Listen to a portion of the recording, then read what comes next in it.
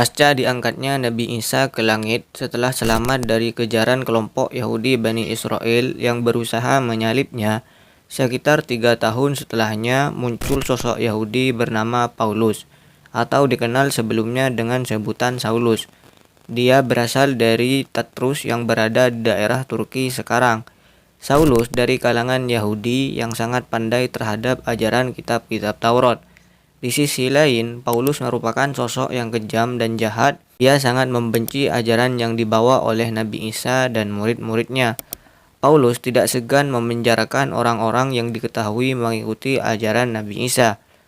Namun, setelah diangkatnya Nabi Isa ke langit, Paulus secara tiba-tiba mengklaim dirinya sebagai rasul yang mendapatkan wahyu dari Nabi Isa. Dia mengaku dirinya telah menerima kitab Injil dari Nabi Isa melalui mimpinya. Padahal Paulus tidak pernah bertemu dengan Nabi Isa, justru ia sangat menentang ajaran Nabi Isa dan murid-muridnya. Maka semenjak itu, Paulus mulai menyebarkan ajaran-ajarannya yang diklaim sebagai wahyu. Dia menyebarkan ajaran-ajarannya kepada orang-orang, khususnya bangsa Romawi, karena dia sangat mengetahui tradisi dan budaya bangsa Romawi. Sehingga Paulus tercatat sebagai tokoh yang paling berperan dalam menyebarkan agama Kristen sampai sekarang. Ajaran Paulus diterima hangat oleh bangsa Romawi karena sesuai dengan tradisi dan budaya mereka. Diketahui Paulus telah mencampur budaya Romawi dan filsafat Yunani ke dalam ajaran-ajarannya agar ajarannya dapat lebih mudah diterima. Hal ini diamini oleh sejarawan dan filsuf Amerika bernama Will Durant dalam bukunya The Story of Civilization. Oleh karena itu, pengakuan Paulus sebagai seorang rasul banyak menimbulkan keraguan dari semua pihak, baik dari pemikir Islam maupun Barat. Paulus dianggap sebagai sosok pertama kali orang yang telah mendistorsi ajaran Isa Al-Masih. Kenyataannya bahwa sebagian besar ajaran yang dibawa oleh Paulus bertentangan dengan ajaran Nabi Isa. Misalnya, Isa mengklaim dirinya adalah utusan Allah. Paulus mengklaim Isa anak Tuhan. Ajaran Isa mengatakan Isa dinaikkan ke langit. Paulus mengatakan Isa disalib. Isa menerima ajaran Taurat. Paulus menolak ajaran Taurat. Ajaran Isa mengharamkan makan babi. Paulus menghalalkan makan babi. Ajaran Isa mewajibkan khitan. Paulus tidak mewajibkan khitan. Gustave Le Bon, seorang psikolog sosial asal Prancis, dalam bukunya La Fides Veritas yang diterjemahkan dalam bahasa Arab berjudul Hayatul Haqa'iq mengatakan, Kanal qadisu Paulus mafturan ala fortil khayal, wa kana nafsuhu mamlu'atan bidhikrayatil falsafah al-yunaniyah wal adyan asyarqiyah, fa'assasa bismi Yasu la yafqahu Yasu laukan hayyan.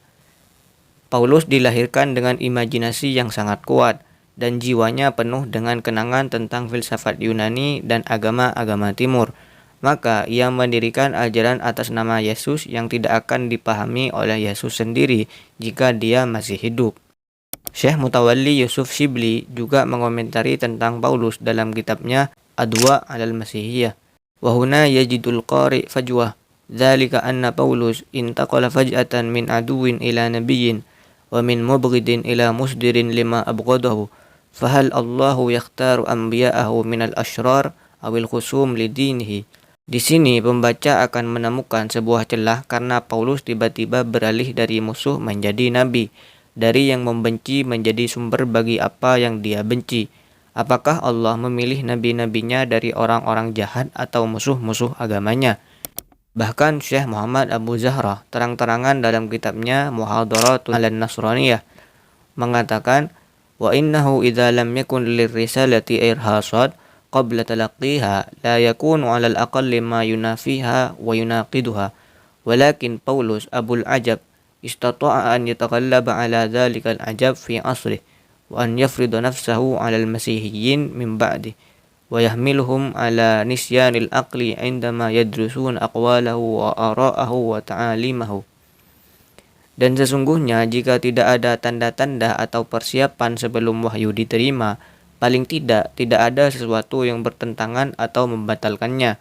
Namun, Paulus si bapa keajaiban berhasil mengatasi keajaiban tersebut pada zamannya dan memaksakan dirinya kepada umat Kristen setelahnya, memaksa mereka untuk melupakan akal sehat ketika mempelajari kata-katanya pendapat-pendapatnya dan ajaran-ajarannya.